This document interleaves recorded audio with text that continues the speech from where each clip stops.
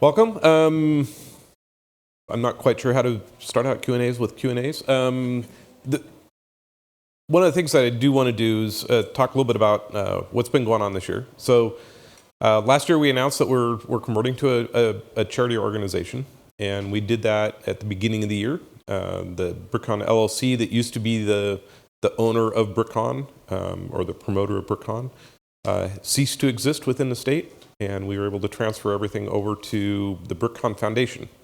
BrickCon Foundation is a recognized 501c3 by the IRS, as well as by the state of Washington. And so far, we've gained a lot of benefits. For those that don't know what charities can get, you actually can get quite a bit in the tech side. Microsoft does drastic discounts. Google does drastic discounts. Slack does drastic discounts. There's a lot of these things, and these are all tools that we use. So there's some really nice savings going on. Even the Maidenbauer gives discounts for us because we're a charity. So that's been really beneficial, especially in these, as we recover from COVID, because we had 3 years that weren't that great, as everyone would expect from COVID. So we're still in that rebuilding. Even this year, we're still in the rebuilding. But being the charity's helped us rebuild way better than we could have. But that also means that there's other things that we can start looking at, because once you have a charity, you have a charter that you have to execute against. And our charter is the promotion of the use of Lego for STEAM. And it's STEAM, not STEM, because arts is a key part of it. In fact, for us, arts is probably a bigger part of it than the engineering, though those that build with Lego and really think about it, engineering, math, science, technology is actually part of every single build, just because of the nature of how Lego works, to go with the art. So, this being our big fundraiser, but it's also our big educational moment to show off, hey, this is what you can do with what you have at home. And so that's all part of our charter, but there's other things that we want to do. And the big next step at this point is we want to actually create a scholarship program.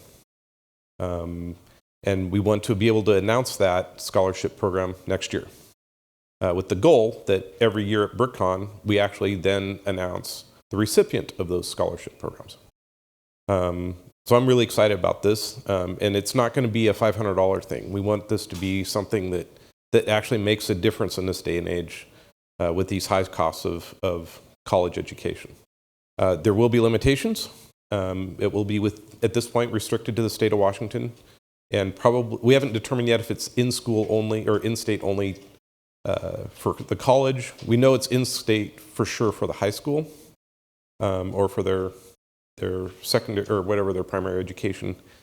I don't know how homeschool's called when you don't go to high school. But we haven't ironed out whether it's in-state college only.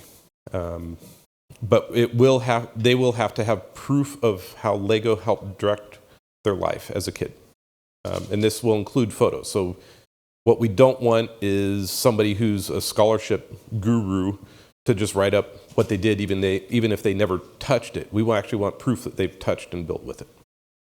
So that's going to be one of our fun things to start working on this next year.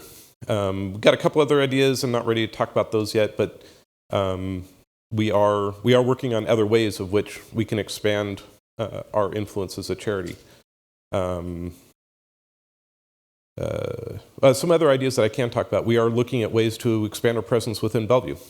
I actually had, before the big announcement, I had actually contacted the Bellevue Art Museum to see what we can do in introducing Lego within the Bellevue Art Museum. Well, a week later they said, we're closing. It's like, okay, that's why they didn't respond. But if they were to reopen, I will be knocking at their door to see what we can do with them as well. So that's kind of what's coming in the future. What else do I have? I think I have my notes, but I don't have many notes. So with that, let's just open it up for questions. And you're welcome to ask questions both about the foundation as a whole or about BrickCon And if I can't answer it, I'll be blunt that I can't answer it, or I don't know or I may not even know the answer. So first up in the room, if you want to ask questions, we do ask you to come up to the microphones because this allows the people that are virtual to hear what you have to say. Otherwise, I have to repeat it, and I don't like repeating it. Any questions in the room? This could be really short. I can start out. Did you have a question? Oh, okay. So I know the layout this year changed. Well, granted, I've only been at BrickCon twice, but last year the vendors and the different mocks were all blended together. This time they were very well separated. Mm-hmm. Did you find that was helpful? Did you find that they made it? I guess, what are your thoughts on that? Because I know a lot of people have an opinion about that, but yeah. Right. That's actually a good question. So yeah, last year, if you weren't here last year, our vendors, and we call them vendors last year, were actually kind of if you were to flip the center hall based on the main entrance, they were in a U shape. They kind of surrounded all the mocks. And this year, we were actually working on that layout. But at the same time, we were working on how do we create an easier flow for ticket sales, and have it apply better to things like closing ceremonies today that starts at 4:30, as well as the fact that we have this 3 o'clock entry, because we went from a 2-hour entry to a 1 hour entry interval. And so last year we had a 2 o'clock entry. Okay, if they're at 2 o'clock, we care for everybody at 4 o'clock or 4:30. They've been here for what we consider as enough time to not be an issue. We do still give them a discount just because they can't go beyond that. But this year with hourly entry, that meant the last entry was at 3. So instead of 2:30, they lost a whole hour in here. And what we realized that we can do is, if we were to split the hall, is we can allow them to be on the mock side or either side, but they'd be on the mock side and they'd have access to that till about 4:15. So they'd have over an hour. And then at 4:15, we start pushing everybody over to the vendor side, or what we now call the floor sponsor, the event sponsor side.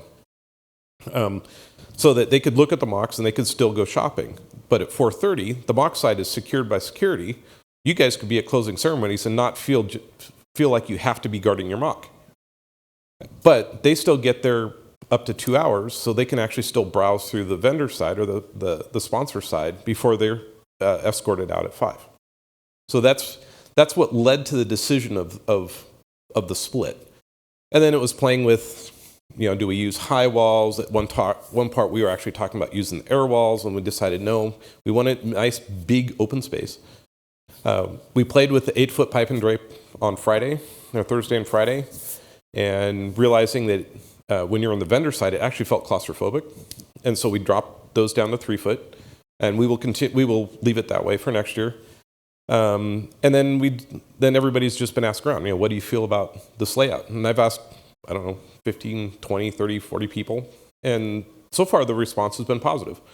Everybody thinks that the table layout is really weird, but as we start watching the people flow, it actually worked really well.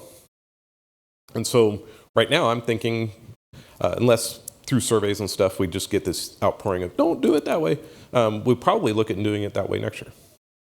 Now, we did save all our maps, because we did a lot of rearranging of the previous map to try to get more space between islands and stuff like that. Well, we wasted a lot of space last year. We used big squares with lots of space in the middle. And we had designed these L-shaped islands that we were going to use in that old layout to help conserve space, free up a lot of space, aisle space, because we had issues between the vendors and the first set of mocks where we only had 10 feet and it was just gumming up the traffic flow, and we'd figure out how to move that. So if all your feedback is don't do it that way, we can actually roll back to the other way. But I'd be hard pressed to make the change at this point. I think it worked out really well. Yeah. Hold that up. I know I'm not. So there were those hard corners that I know a lot of people.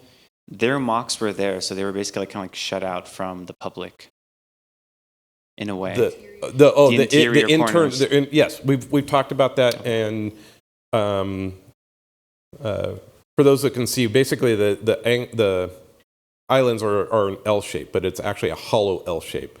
And we left a table that actually goes well beyond where the edge of the stanchion is, which if in certain islands, it makes it really hard to see a smaller, lower mock sitting on this peninsula that's you can't get with you, that you're stuck 4 or 5 feet away. In sci-fi, with Wayne's giant mock, it works just fine. But in scale with the boat, it's a little difficult to see. And I forget who's in that similar space over in Fantasy. But yes, we're actually aware of that, and we will be playing with how to make either removing all or part of that table or figuring out a better way to place that table. Because the gap into the island's a little bit bigger than we actually need. We only need about a 4-foot gap instead of the 6 to 8 foot gap we have. So we may look at rotating the table or something else to make it a little bit easier to consume that space. The other thing we may do is on the other side is we pull that table out, and instead of using just 8-foot tables, we may play with combinations of 8-foot and 6-foot tables so that we can close it from the other side. So there's some options, so we just have to get out the drafting tools and figure out which one's best. As well as if we can start mixing in 6-foot tables with 8-foot tables, that's actually less tables Maidenbower has to rent because they have piles of both. And we were predominantly using only 8-foot tables. So there may be some wins by playing with it, but it's all going to just get out the computer, play with it, see what the layout is best. Right, next up, go ahead. Yeah, Steve, what was the drive from taking this from basically just being a LEGO convention to now being, I guess, such a larger part of the community and doing so much more than just the LEGO convention? So what was the drive to go from basically the LLC to the charity? The easy one is we never acted like an LLC. All our previous 20 years, nobody ever got paid. We never hired anybody. We had to deal with 1099s from time to time just because we contract certain things out. But other than that, we were literally acting as a nonprofit. And so, but we had to pay taxes on all this stuff that we were getting. And there was an ownership team, and those taxes, because of the nature of a partnership on LLC, was my taxes. So LLC would have to write me a check and I'd have to calculate the difference between with BrickCon income and without BrickCon income, and then write bigger checks to the IRS than I really wanted to do but had to do. And by converting to a charity, all that went away. That was the number one thing. Now, there's a couple of other advantages. Because of an LLC, the ownership group is personally liable for stuff. So if we were to ever get sued, the percentage of what we'd have to pay out would be coming out of each of our own pockets, and then we'd have to figure out if we could reimburse that from the company or not. A 501c3 is wholly owned by the 501c3. Nobody owns a charity. So a lot of that indemnity type legal stuff goes away, which for me, I didn't really feel that much of a burden. But some of the ownership team were like, I just lost like 50 pounds because I don't have this weight on my shoulder. So we gained some other bonuses from that. But the biggest one is we were already acting like one, so why not just become one? And I was actually talking with Wayne, and they actually looked, when they first founded it, at becoming a charity and realized that the paperwork was just too tedious. So they didn't do the paperwork up front. It was easier to do an LLC. Since then, various companies have come around on how to do conversions. And so we actually just wrote a check to a company, and they did the conversion for us. Made it real simple. Well, good question. Thank you. Next, anything online? Nothing on? All right, now we got people racing up. Who's going to be first? We'll go with Lori first. Okay, thank you. Just a quick question. I'm sorry I came in late if this was already answered. I don't want to make you repeat yourself. I have heard that we had around 600 builders this year. And I'm wondering if what is the final number of builders, and are you planning on increasing? Because I know 500 was a cap when we were at the exhibition hall, but I think some of that was space related. I can talk to that. So let's see, the first question. No, we're not at 600 builders. In fact, that would exceed what we can even hold. Oh. Our FOLs teens is approximately 510, 520. It is our second largest, which is great. Our largest is somewhere in the 535 range. So it gives you a comparison. And that was, I think, 2012 is what Wayne was saying. So it's been a while since we've gotten that, but we've been in the 450s to 500s off and on ever since then. But yeah, we exceeded 500, 510, 520-ish. I don't have the exact number. Our capacity limit is actually, the fire marshal capacity of this room is 600. Our current seating arrangement is 515. Now we know that as many as 10% don't come, so our capacity will be set at 550. This year we actually capped it lower just because we weren't sure what was going on. It kept some of our expenses down. Because if we say 550, that means we have to plan for 550 goodie bags, and we have no clue if we're going to sell 550 goodie bags. But if we do, or 550 tickets, but if we do, we have to have that in place, and we have to plan that 3-4 months before people are buying tickets. So whether we go to 550 next year or not has yet to be determined. But our cap won't be any less than it is this year. It's whether we allow that to grow. Our cap this year was right at that 520 for this year. Thank you. Mm-hmm. I was wondering about the battle bots and if there were plans to renew that partnership or get them back. I heard some people in the crowd That's reminiscing fondly about last year and why weren't they here this year? That's probably that may be the most common question I've gotten while walking through the crowds, is where the battle bots. So our BattleBot coordinator had two things happen. One, he had a kid just before last year, and so he took this year off to be with his kid. But then because he was working with Big Pickle, they brought him on board their team. So he's been having fun playing with real BattleBots, off and on between playing with his kid. But he had already planned to take this year off as a hiatus year. Whether he comes back next year is to be determined. We don't know. We'd like to have him back. We hear that there's a new battle cage being built, but it's not built yet. So there's a number of things that may have to align before that happens. So we don't know yet for next year. We probably won't know until May whether he's coming back. But we don't make those types of announcements as to what the build categories are until June. So if we know he's coming back, we'll let it be known. But at this point, we don't know yet. What will become of the Seattle Center convention exactly? Will we be ever going back there or Maine? So will we be going back to Seattle Center? At this point, no. Simple answer. And there's multiple reasons for that. One of the big reasons why we moved here is space. The square footage of the two facilities are within about 1,000 square feet of each other. The usable square footage between the two is closer to about 7,000 or 8,000 square feet. They have all these pillars and stairs that impede into that space. So we gained a lot of usable space by moving here. Two, there's a number of other factors. Until the lower Queen Anne gets rejuvenated, it's not a family-friendly place to take the convention. And it's a sad reality.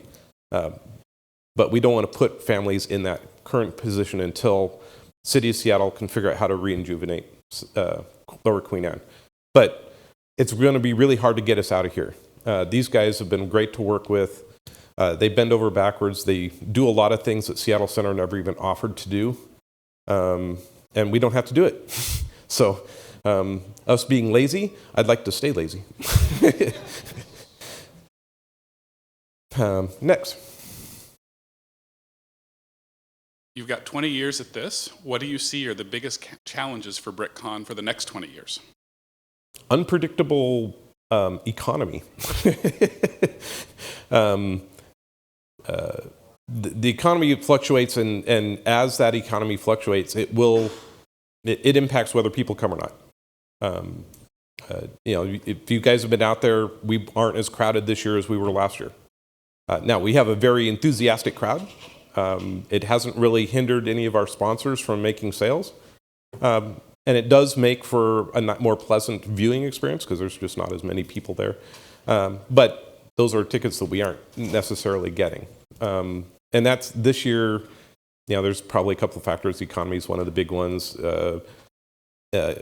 Political instabilities dealing with elections cause issues with the economy, so that probably has some issues. And then there are some oddball competitions for the dollars to come to a Lego event. BrickFest Live being one of the biggest ones. But yeah, economy is probably the biggest one. After that, it's how do we keep it fresh yet still BrickCon? What can we do new but not lose the feel of the camaraderie that we've built with BrickCon? That's always a challenge every single year. We want to do something new. We want to do something exciting that gets people excited about coming, but we want to make sure that it doesn't break the feel of BrickCon when you're here. And that's something that we strive with every decision we make is, does it still feel like BrickCon? And that will be there every year. First of all, thank you for just keeping BrickCon here because it's just so damn awesome. All that you and the team do. Last year, the public sales sold out. I'm wondering if you could speak on how this year's public sales went and how the numbers were with the different allowed time slots. If that changed the total population that we could allow in or ticket sales options, or if it was the same but just on different time slots. So the answer is they're down, and I'm going to leave it at that. And when I'm talking about the economy probably had a big impact on that.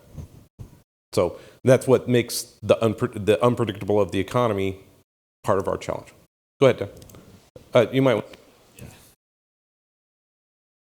So, is this on? Yeah. So I'll speak to the time slots. Actually, implementing hourly time slots makes it really predictable through the day. So when we are sold out, it still feels light. In prior years, before we implemented those, we would end up with like everybody at 10 o'clock in the morning on Saturday, and nobody was having a good time. And it felt really crowded. But by moving to time slots, we spread it out throughout the day. It's been really good. We added an additional time, an hour this year on Saturday morning. And we sold out the first 2 time slots yesterday. So it's been really good. So basically we didn't, other than this extra time slot, for the most part, we actually didn't change the overall ticket count. But we just divided it in half. So instead of having 2,000 people come through at 10 o'clock, it was 1,000 people at 10 and 1,000 people at 11, which, as Dan said, it really smooths out the flow. We don't also have people waiting in gazillion length line waiting to get in because the line's been cut in half. Now we can, if you noticed, we're getting through these lines in 8 minutes. They aren't standing in line very long. Yeah, we think it worked out really well. Hey, Steve, could you talk about the floor plan design for this show, and is participation in mocks down, or is it an illusion of the space, like with the vendors on one side? And I was late. I'm sorry if I missed this. So I've covered a little bit about why we split it, but you brought up a different question that I can address. And I know this is being recorded, so this will be available when we release the recording. So if you want to hear the first pass, because it was a 5-minute answer. So, but our mock participation down, yes, but it's the same as it was last year. The weird part, I've also mentioned that this is the second highest number of AFOLs, but we're still down 150 to 250 mocks from 2019, which is the year before COVID, which is 25%.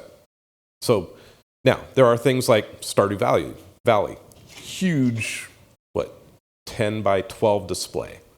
So we have, in some ways, we have more bigger displays, but the overall mock count is down. We are actually down 10 tables overall, so 8 foot by 30-inch tables. We've actually pulled 10 tables out to make it look crowded, in part. When you walk through a display and you see gaps, that actually will have a negative impact on your psyche as you're looking through it, versus it's just constant mocks. And we want that constant mock look. We have room to add tables. So if next year we get back to our normal 1,000 mock range instead of 850, and our highs have been over 1,100. But we've been 850 for the last 2 years. And that's registered. There's always going to be some number of unregistered mocks that come in. To tangent on that, we also realized this year that our mock submission process had a flaw in it that probably left a lot more mocks unregistered than should have been.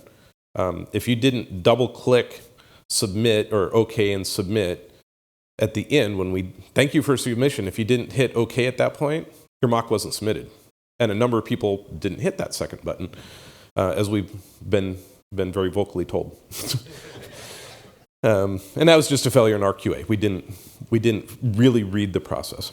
So that answer your question? Cool. So we do have an online question. Excellent. So currently the virtual presentations are based on in-person presentations being streamed out. Is there a consideration for remote presentations? We are always open to virtual presentations. People actually have to sign up to do it. Nobody signed up to do it. It's a real simple answer. But yeah, I'd be totally fine putting a Zoom screen up here and letting somebody do a virtual presentation. Just nobody signed up to do it. So if you have ideas and you prefer the virtual, when we start opening it up for presentations, put in the submission.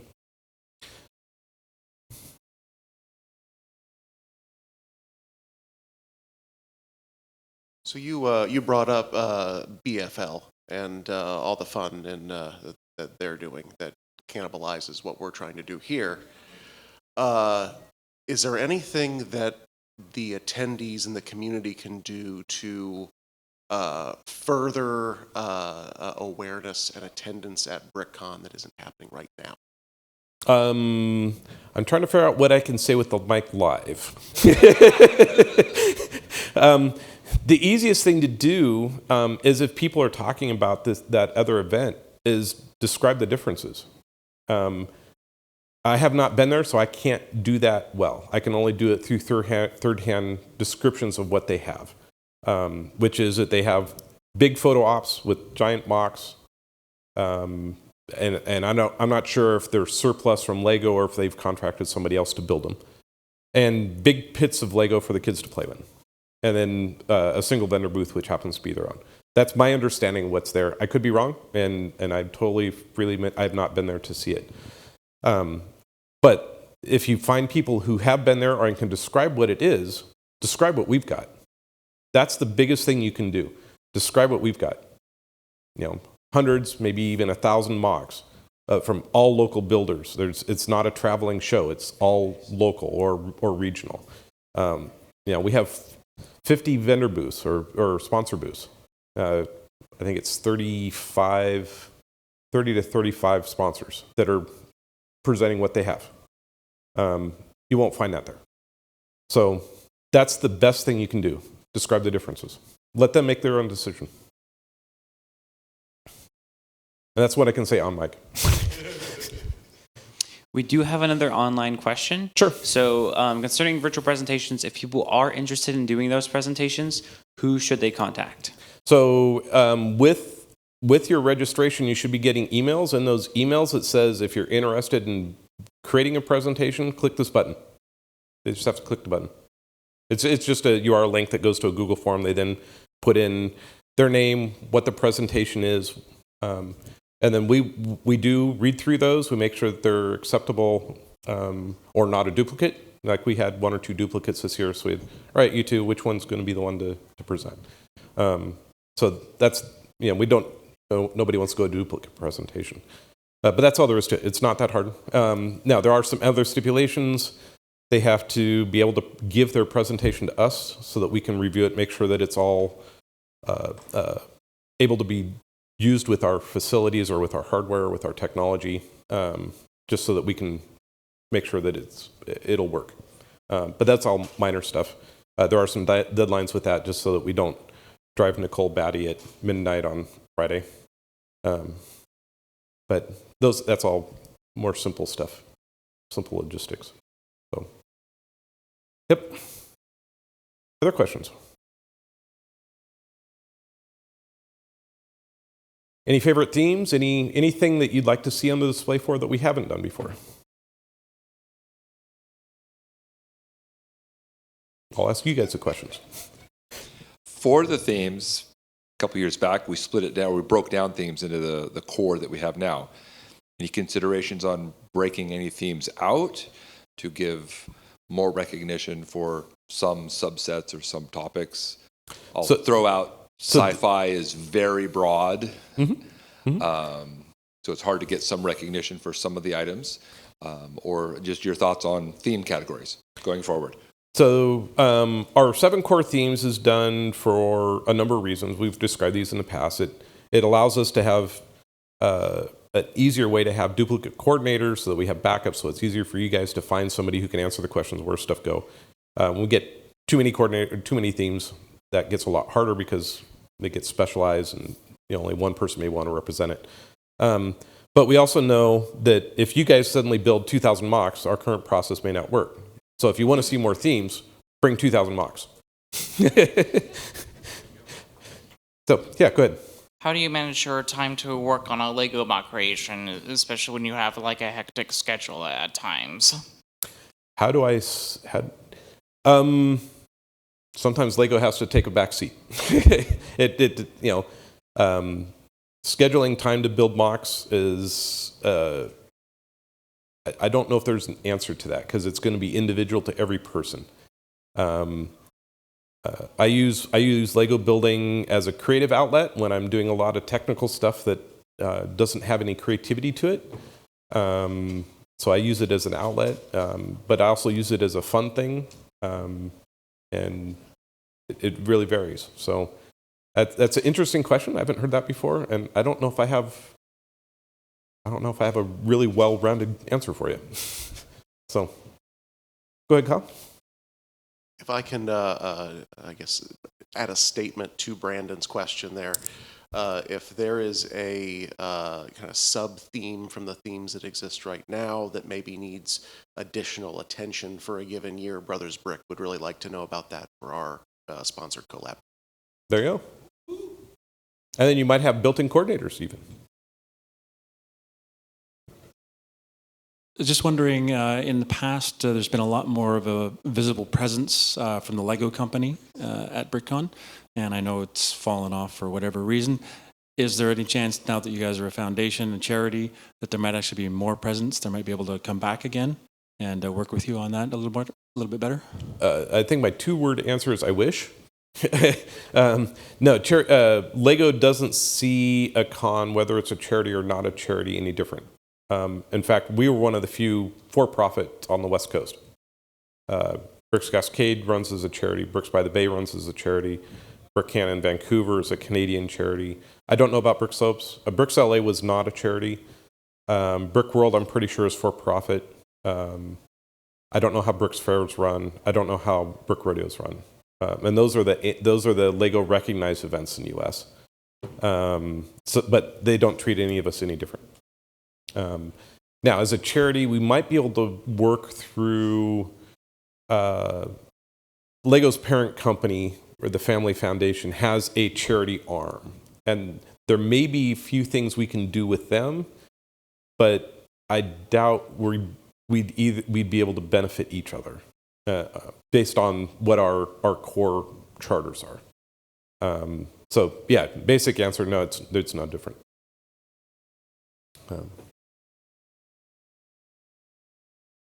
Any others? We still got lots of time. So let me get you guys thinking a little bit. What types of activities would you like to see that currently aren't being done at BrickCon? And I'm not looking for things that other cons do. I'm looking for something that you'd like to do but you haven't seen a con do.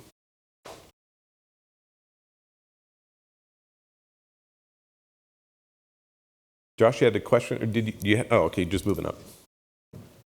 Go ahead. What if we could have bring video games with us here to the convention? I mean, as part of our activities, or video games. So you bringing in Lego Star Wars or any of the various Lego type video games and offer them as an activity. That's something we can contemplate. I think the hardest part on that one is acquiring the hardware to play them on, but I won't turn down the idea. I think it's worthy of thinking a bit more about. There are some that I know that you can do on your phone, and maybe there's ways we can have competitions to see who can get the highest score in a certain amount of time if you have the game on your phone. We have to think about that. I think that's an interesting idea. I thought the idea of just more stop motion animation, doing some integration of that, either as a theme or a sub theme. I know people could submit something as an online virtual submission could be that, but to do it as an in-person, the presentations that were the videos we get before our gatherings are great, but to maybe make it more of a in-house kind of a thing. I'd love to see more stop motion animation. Movies are kind of one of my minor passions or a heavy interest area. The hardest part on that is having a coordinator. That one takes a lot of work, both from the people who create the stop motion animation or however they do their animation, but it also takes a coordinator who has the ins to all the people who do that. I don't have it. Nobody on the current team has that, so we'd have to find somebody who could bring that to the table. Now, if you know somebody who's interested in doing it, send them our way. I'd love to have some sort of stop motion thing where, I've seen BrickCon's done it, where they've had one of their sessions, they've actually displayed 15 stop motion animation films. I'd love to be able to do that. We have to have the coordinator and the people willing to do it. Go ahead. This may end up with the same kind of answer, but I know in Tacoma, Grit City Comic-Con has a big emphasis on cosplay and does a kind of a presentation of everyone. And given the number of people that I've seen dressed up here, potentially doing something like that the future BrickCon.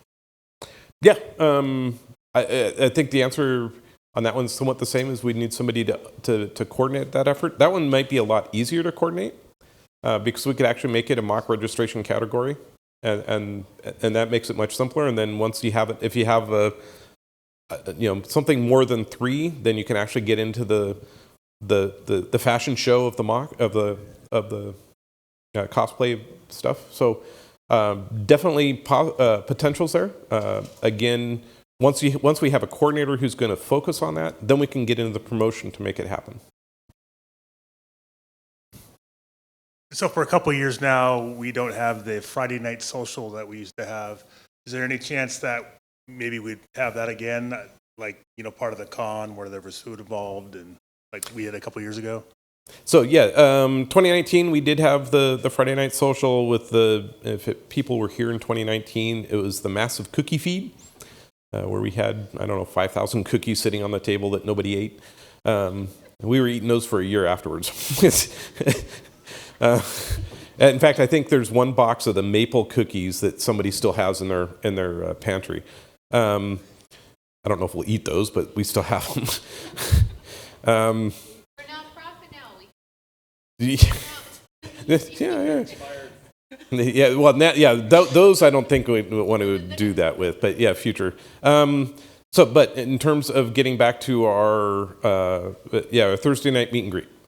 First, we have to have a Thursday event so that we have the time to do it because we don't have the time with a 3-day event. When we do Friday, we're already consolidating our opening ceremonies and our keynote together. Well, last year we had opening ceremonies early in Friday and then the keynote late in Friday. We realized that that's cutting way too much into games and presentations, and so we merged them this year. But it also left us, when we first put together the presentation, we have 150 PowerPoint slides and we had 75 minutes to do it in. And so we had to cut a lot of stuff and move stuff around, and a lot of it was just cut. In order to start at 7 and be able to have friends and family at 8:30. Because of the friends and family, we really can't do a meet and greet on Friday. So once we get back to a 4-day event, and we even though the dates we've announced is a 4-day event for next year, we haven't fully finalized that. We don't have a contract signed yet for a 4-day event or any of that. But if we have a 4-day event, that will be one of the first things we look at bringing back is the meet and greet. because it is a lot of fun. It will be different than we've done in the past. It will be after the opening ceremonies, not before.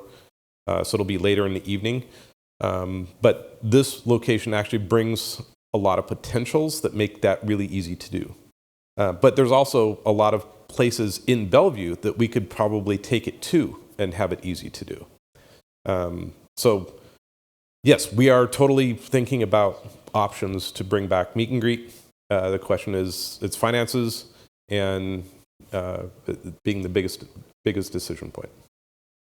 No. Yeah, go ahead. What is the 4-day event? Sorry, what was that? What is the 4-day event? The 4-day event? So this year was technically a 3-day event, where Thursday is just load in.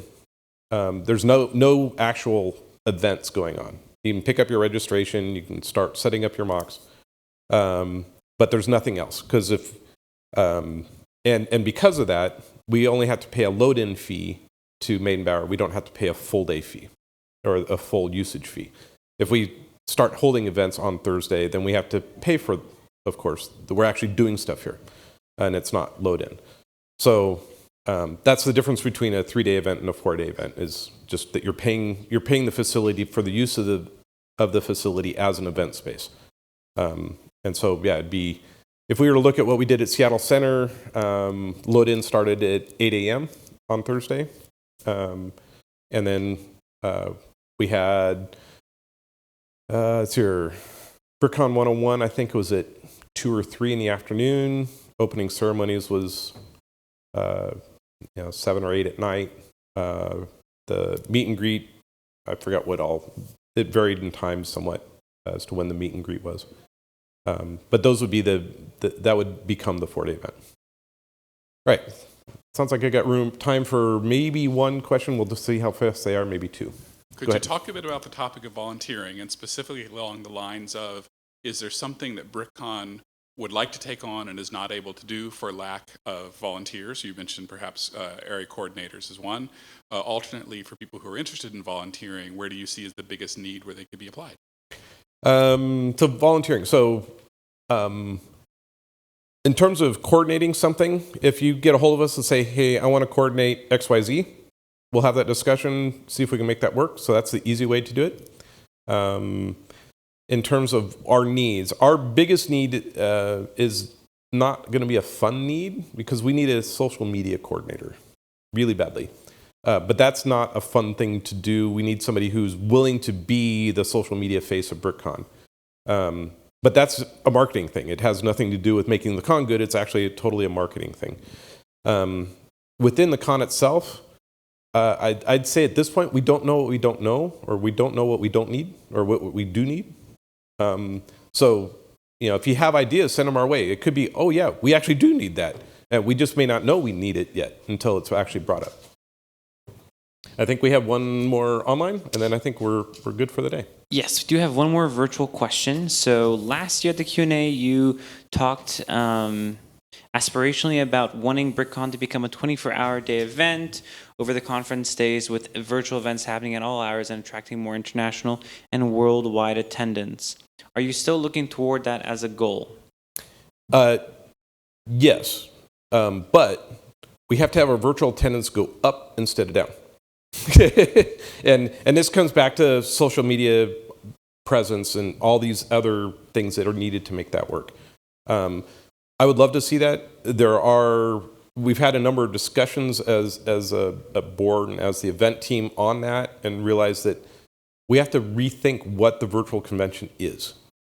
Because if we do like we do now, where you have games and master build and speed builds, you can't do that with 1,000 people.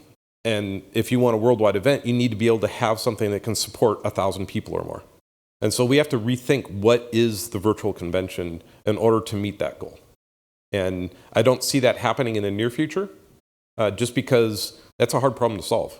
And it's a hard problem because nobody really has that solution today, anywhere. They're either all virtual, in which case everybody's already signed up for it, or they're in person. We are the only LEGO convention with both. And we are not, at this point, I'd say we are not doing well at the virtual side. And all of us would probably agree with that on the team. But if you have ideas, we would love to hear them. Yes. And if you'd like to volunteer to help out with that, we'd also like that. So for those that couldn't hear Dan, he was saying if you have ideas on how to help make this a worldwide thing, send them to us, info@brickcon.org. We'd love to hear that. If you want to help volunteer into that space, we'd love to hear. We'd love people to step into that. So that goes back to your question. Yes, that is something that we'd love to have volunteers for. Right. I'm actually out of time, but if you have other questions, you can come up and see me. I'll be glad to chat with you after. So, but we do need to stick to our schedule so that people virtually or otherwise can make to their next presentations. Thank you very much for coming. Appreciate all your input.